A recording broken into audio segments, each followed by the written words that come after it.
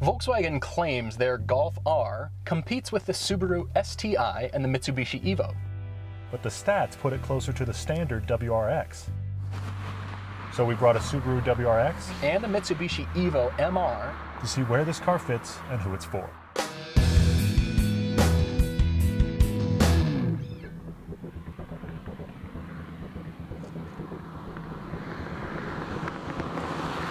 One of the only real strikes you can give against the normal GTI is the fact that it's not all-wheel drive, and you kind of wish it was a little more powerful. So this is your car. The 2012 Golf R. It doesn't say Golf anywhere on this car. It's just R. It comes from the long tradition of the Golf R32, which was a V6 and all-wheel drive. This is not a V6. This is smaller displacement than the R32, and it's got a wicked turbo on it, producing 256 horsepower. This 50 horsepower boost over the GTI is what the car needed. The engine is completely gutless until the turbo wakes up. Once it does, it's fine. But I thought we got rid of this plague called turbo lag. I mean, we live in the future, right? That horsepower boost kind of gives this car more of an effortless feel. It's not trying to do all the things you'd like to do. It doesn't have to work as hard to go fast, or to pass people, or to just make you smile.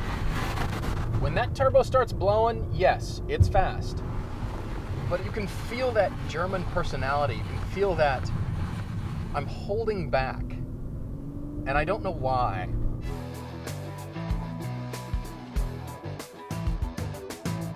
I'm somebody that likes understatement, but I'd like it to be a little bit more interesting. It looks too close to a regular GTI. Except for those twin center pipes, there's not a lot of information telling you that this is a different car.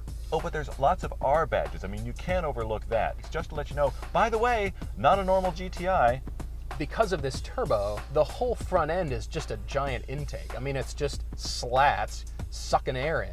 It's got LED running lights. It's got lights up front that turn a little bit into the corner. Very subtle things. But the way that the hatch opens, the amount of room in the back, all of those things are the same as they were on any other GTI you've seen. I just want it to be more purposeful. I just want it to do more.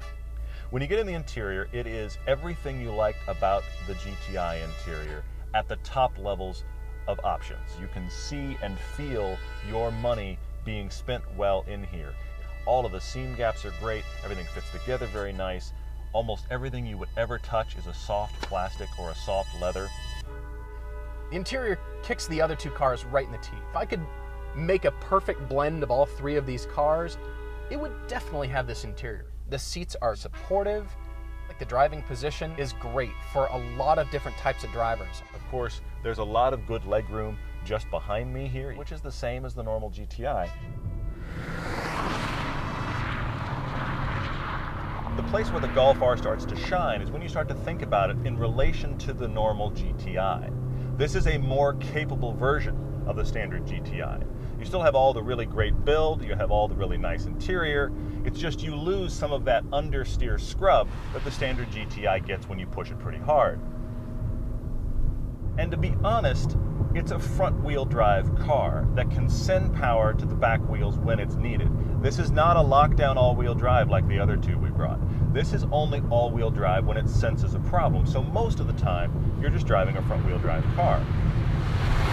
Now, I drove this car at a track recently, and I kept thinking to myself, when is that all-wheel drive stability feeling gonna kick in?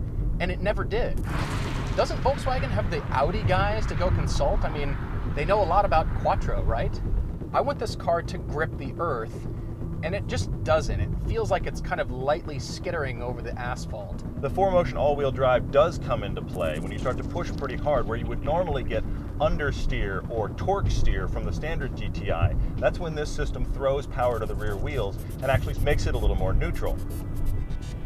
But it's difficult to feel, when's the car gonna start to rotate? When's that back end gonna start to come around? When I'm really getting into it, it's vague.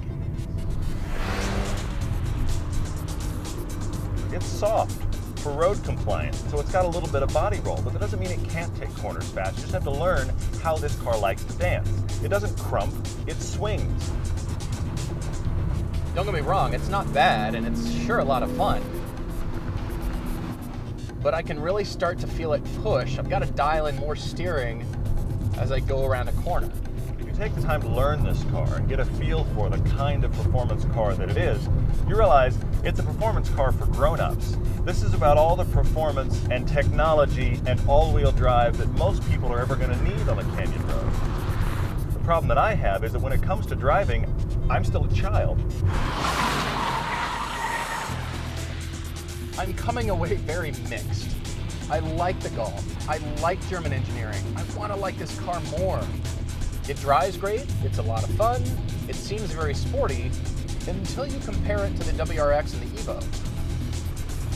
Pitting this car against the EVO and the STI is like taking a high school state runner and putting him in the Olympics. Nobody said the kid's not fast, he's just not up to the task of competing with the big boys.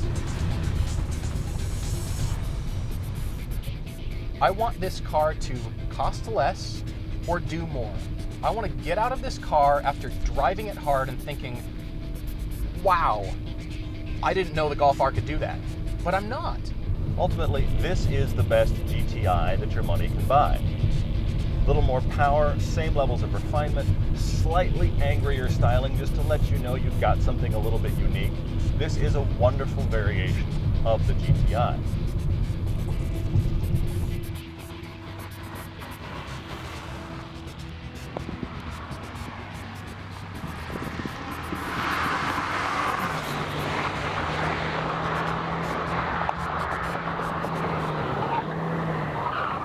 So I came into this thinking, German car, I'm a German car enthusiast or So bigot. you want me to guess how that's going to go, don't you?